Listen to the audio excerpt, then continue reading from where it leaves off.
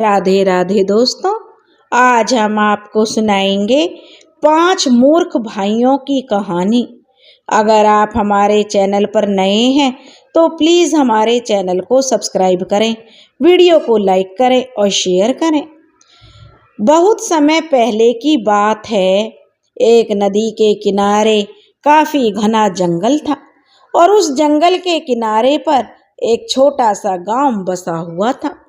गांव छोटा था मगर बहुत ही खुशहाल था। उस गांव में हर कोई अपने काम में निपुण था।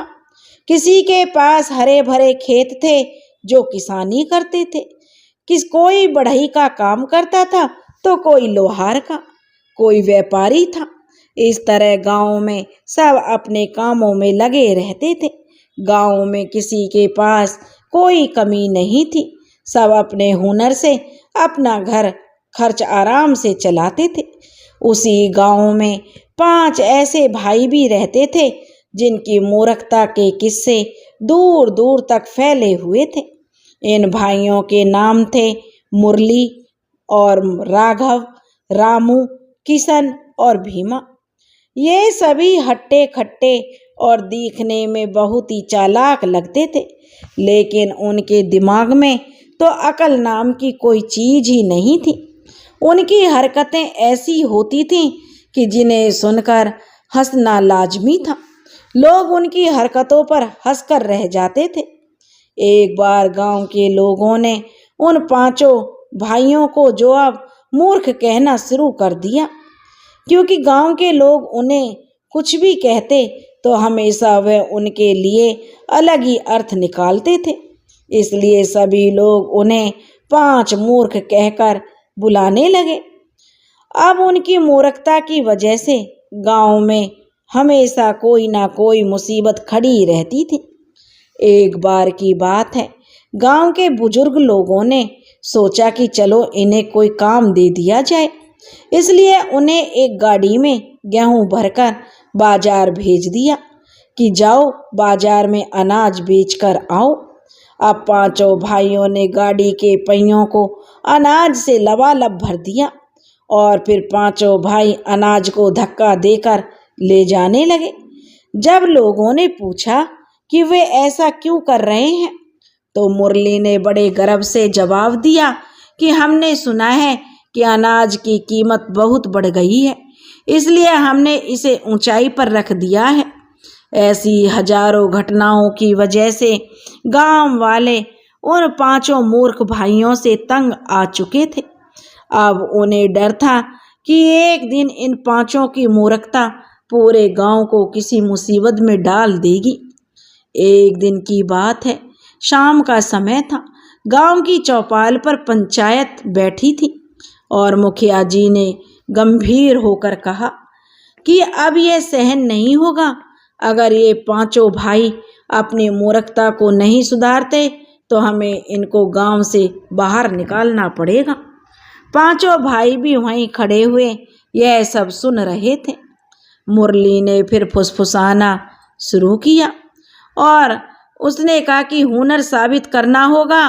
तभी एक बूढ़ी औरत बड़े धीमे स्वर में बोली, पर इन्हें सुधारने का एक तरीका है। सभी लोग अब उसकी ओर देखने लगे। अगर ये 5 7 दिनों के भीतर अपनी अक्लमंदी साबित नहीं कर पाए तो इन 5 को गांव छोड़कर जाना होगा। अब 5 भाइयों के सामने 2 ही रास्ते थे। या तो वो अगले 7 दिनों में अपनी समझदारी साबित करें या हमेशा के लिए गांव छोड़कर जो चले जाएं। अब उन्हें हमेशा के लिए गांव से निकाल दिया जाएगा। क्या वे अपनी मूर्खता को दूर कर पाएंगे या फिर उनकी हरकतें गांव वालों को और परेशान कर देंगी? और सबसे बड़ी बात, क्या सच में कोई साजिश उनके खिलाफ रची जा रही थी? आगे जो हुआ था वह इतना अजीब था कि किसी ने सपने में भी नहीं सोचा था। 5 भाई गांव की पंचायत से निकले तो उनके चेहरे पर घबराहट साफ झलक रही थी। यह पहली बार था जब किसी ने उनकी मूर्खता को चुनौती दी थी। अब उन 5 भाइयों के पास केवल 7 दिन का समय था अपनी अक्लमंदी साबित करने के लिए। लेकिन समस्या अब यह थी कि उनके पास अकल नाम की तो कोई चीज़ थी ही नहीं। घर पहुंचकर मुरली, जो खुद को सबसे ही ज़्यादा चतुर और बुद्धिमान मानता था, वह बोला, भाइयों, अगर हम सब मिलकर दिमाग लगाएं तो कुछ भी असंभव नहीं है। और जो राघव था, जो हमेशा उसकी हाँ में हाँ मिलाता था, वह सिर हिलाते हुए बोला, हाँ भाई, हमें अपने हुनर से गांव वालों को चौंका देना चाहिए। रामू ने ताली बजाकर कहा, तो सबसे पहले अब हमें यह तय करना होगा कि हम किस किस काम में सबसे अच्छे हैं। अब किशन सोचते हुए बोला, हमारे पास ताकत तो बहुत है, पर अकल वो तो पता नहीं कहाँ चली गई है। भीमा, जो हमेशा खाने की चिंता में रहता था, वह बोल पड़ा, मुझे लगता है हमें सबसे पहले कुछ अच्छा खाना चाहिए ताकि हमारा दिमाग तेज चले। पांचों भाइयों ने सहमति में सिर हिलाया और गांव की सबसे बड़ी समस्या को हल करने का निश्चय किया। गांव के कुएं में गिरा हुआ पत्थर निकालना। गांव के बीचों बीच एक बहुत ही पुराना कुआं था जिसमें एक बहुत ही बड़ा पत्थर गिर गया था।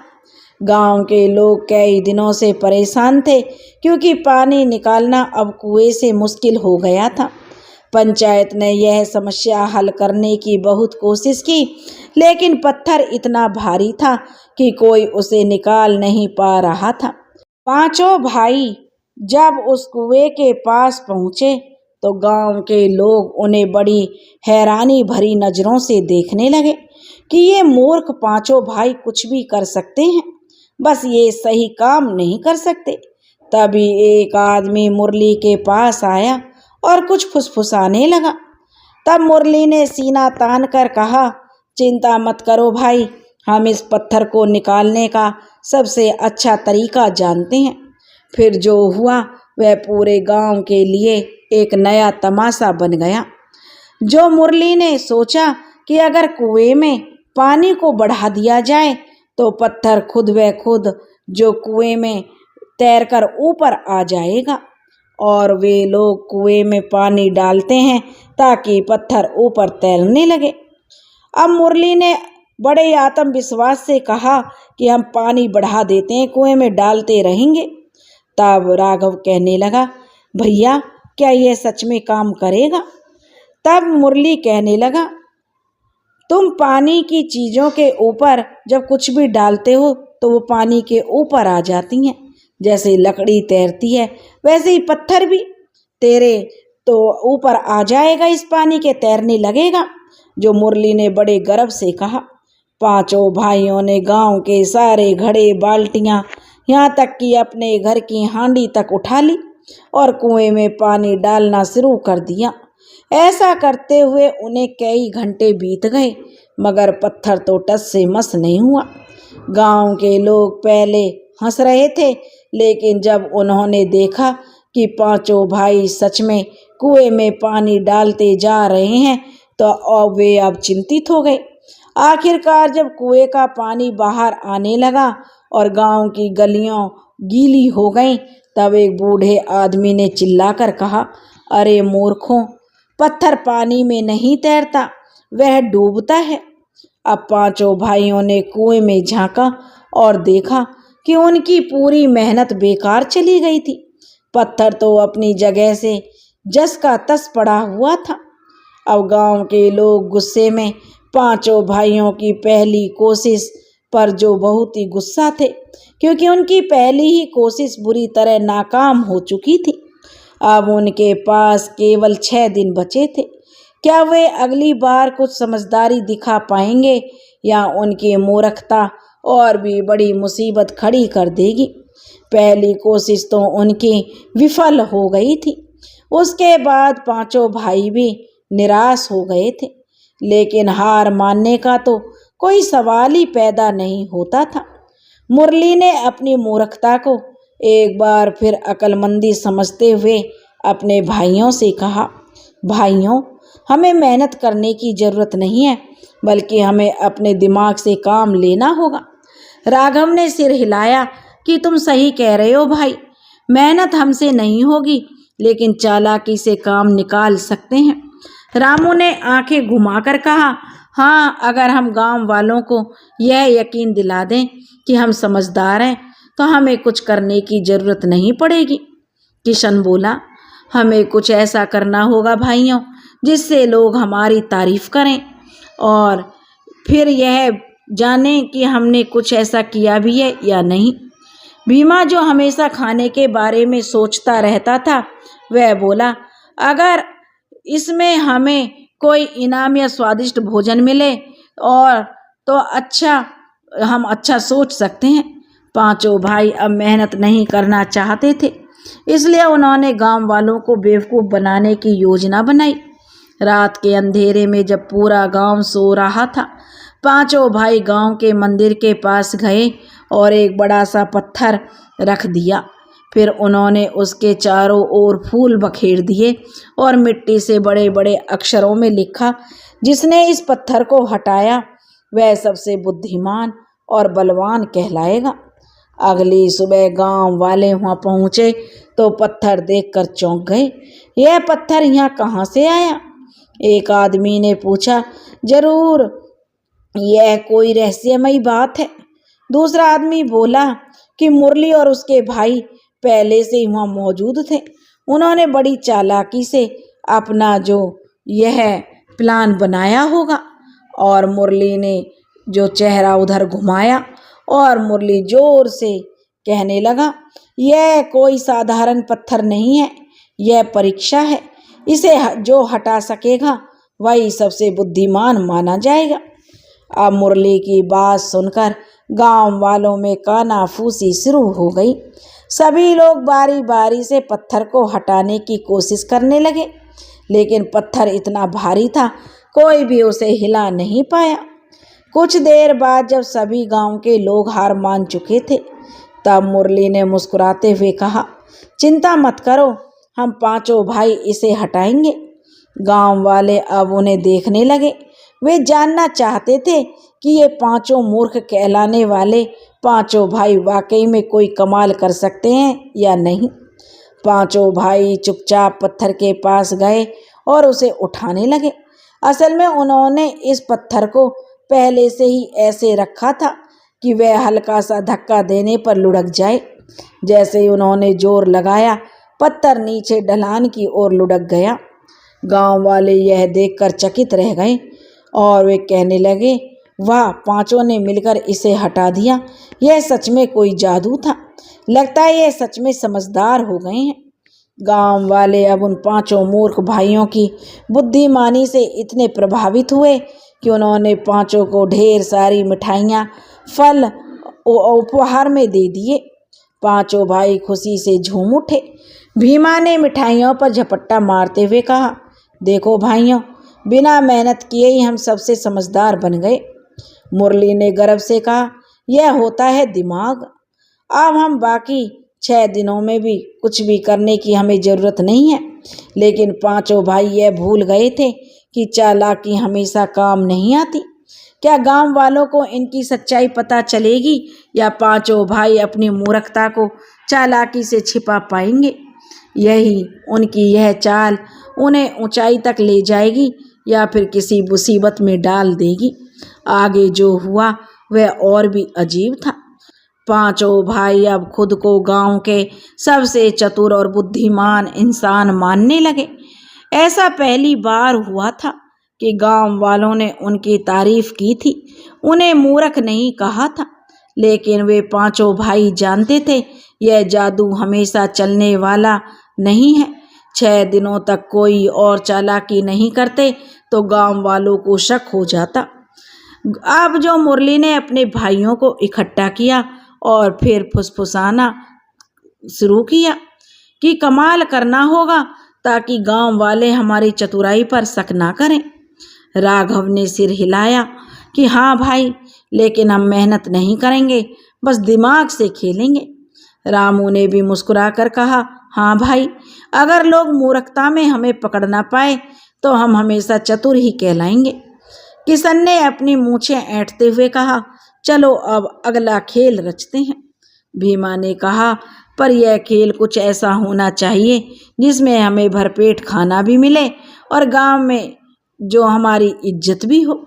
उस गांव में एक पुराना पीपल का पेड़ था जिसके बारे में कहा जाता था कि वहाँ रात में कोई नहीं जाता क्योंकि वहाँ भूत का साया है।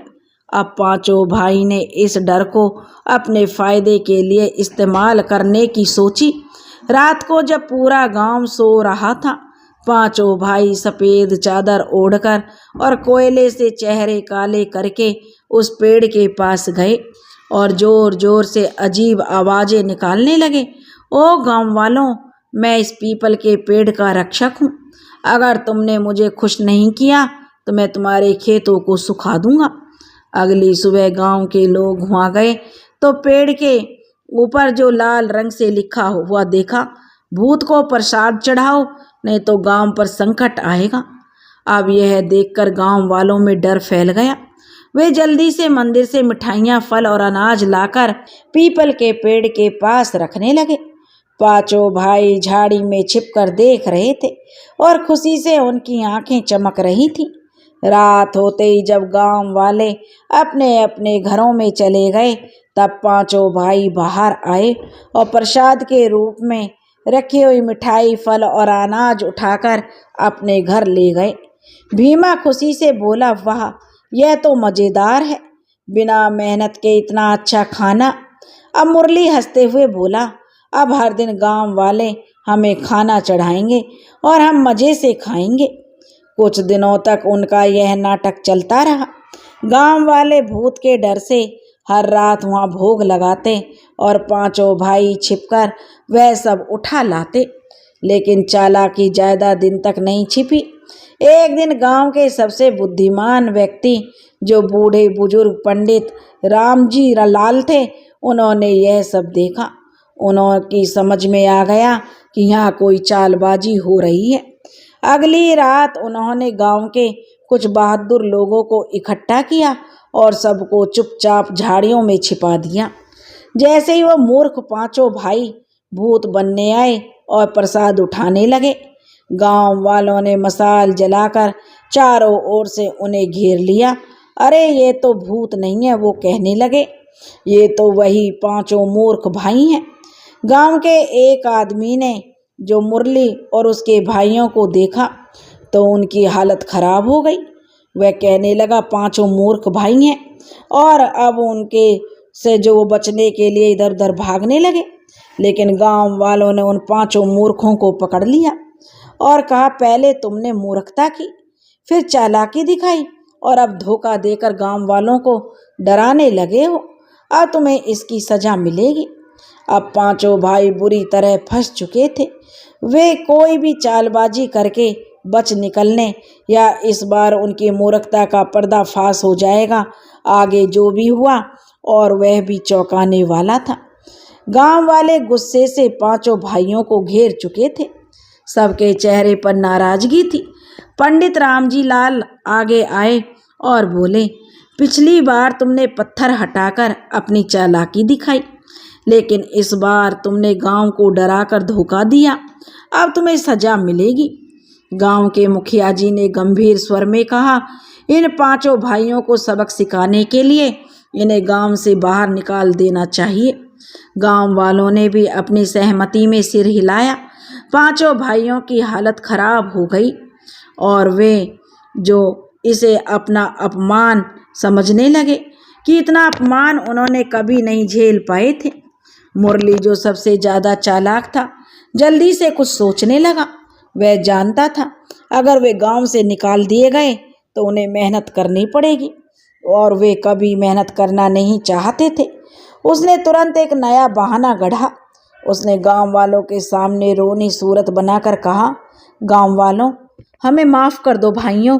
दरअसल हमें सपने में खुद भूत ने आकर कहा था, अगर हम उसके लिए प्रसाद नहीं लाए तो वह गांव को बर्बाद कर देगा। हम तो बस गांव को बचाने के लिए ऐसा कर रहे थे। अब मुरली ने झट से सिर हिलाया। हाँ, भूत ने हमें आदेश दिया था, हम क्या करते।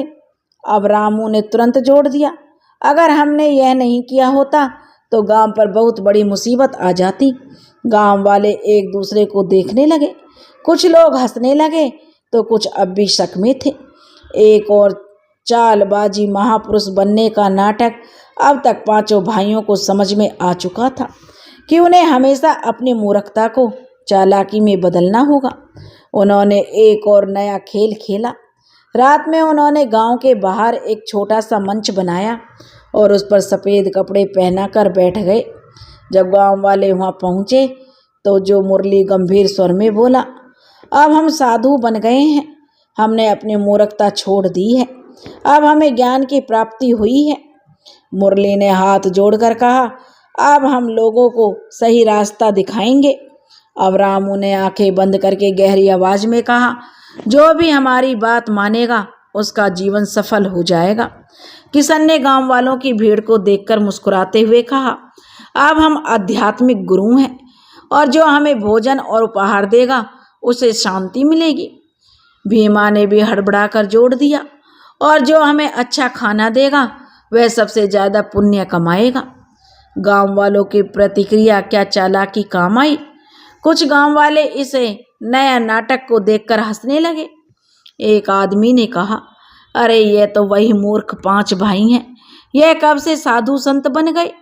दूसरे ने कहा, यह और एक चालबाजी लगती है। लेकिन कुछ भोले भाले लोग उन 5 मूर्खों के झांसे में आ गए। उन्होंने सोचा शायद यह सच में सुधर गए हैं। वे 5 भाइयों को फल मिठाइयाँ और भेंट देने लगे और फिर जो 5 भाई बड़े खुश थे। अब जो मुरली और उसके भाई मनी मन सोच रहे थे कि अब बिना मेहनत के खाना मिलता रहेगा, लेकिन क्या गांव के सभी लोग उनकी इस नई चाल में फंसेंगे या इस बार भी कोई इनके महाठग होने का भंडाफोड़ करेगा। आगे जो हुआ वह और भी चौंकाने वाला था। गांव वाले गुस्से में 5 भाइयों को अब घेर चुके थे। सबके चेहरे पर नाराजगी थी। पंडित रामजी लाल आगे आए और बोले, पिछली बार तुम 5 भाइयों ने पत्थर हटाकर अपनी चालाकी दिखाई, लेकिन इस बार तुमने गांव को डराकर धोखा दिया है, अब तुम्हें सजा मिलेगी। और मुखिया ने भी गंभीर स्वर में कहा, इन 5 को सबक सिखाने के लिए गांव से निकाल देना चाहिए। और गांव वालों ने सहमति में सिर हिलाया। 5 भाइयों की हालत खराब हो गई। वे कभी इतना अपमान नहीं झेल पाए थे। मुरली और उसके भाई अब मन ही मन सोच रहे थे कि अब वे बिना मेहनत के उन्हें खाना मिलता रहेगा, लेकिन क्या गांव के सभी लोग उनकी इस नई चाल में फंसे या इस बार कोई उनके माँ ठग होने का भंडाफोड़ करेगा। आगे जो हुआ वह और भी चौंकाने वाला था। 5 भाई गांव के महापुरुष बन चुके थे। वे आराम से बैठकर गांव वालों से दान और भोजन लेते और मज़े से दिन बिताने लगे। उनकी चाल यह भी ज़्यादा दिन तक नहीं चल सकी। एक दिन गांव के एक होशियार युवक जो श्यामदास ने उनकी गतिविधियों पर नज़र रखने का फैसला किया।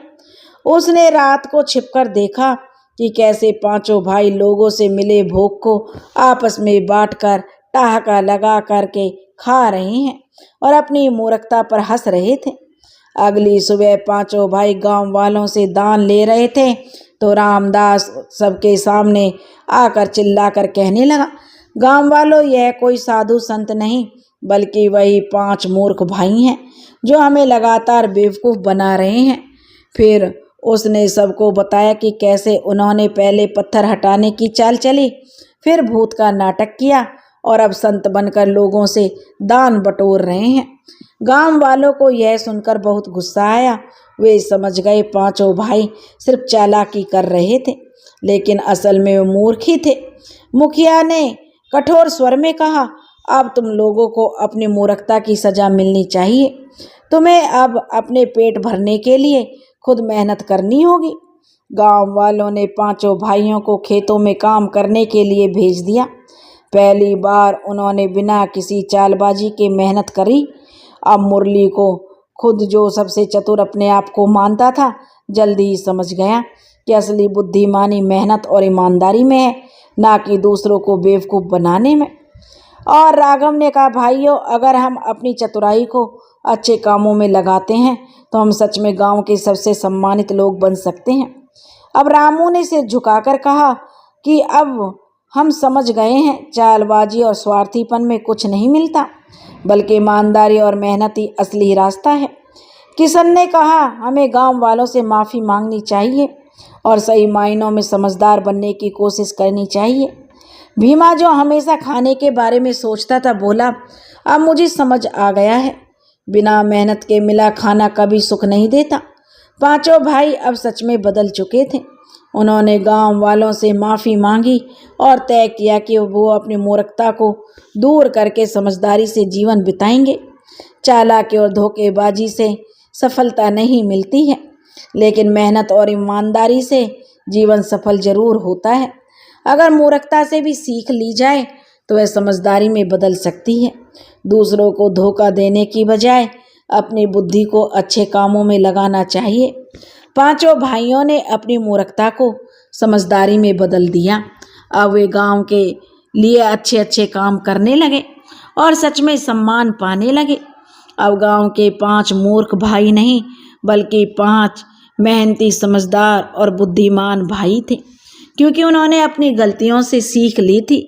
अब उन्हें समझ आ गया था कि बिना मेहनत के कुछ नहीं है। दोस्तों, अगर आपको यह कहानी पसंद आई हो तो प्लीज़ हमारे चैनल को सब्सक्राइब करें, वीडियो को लाइक करें और शेयर करें। राधे राधे।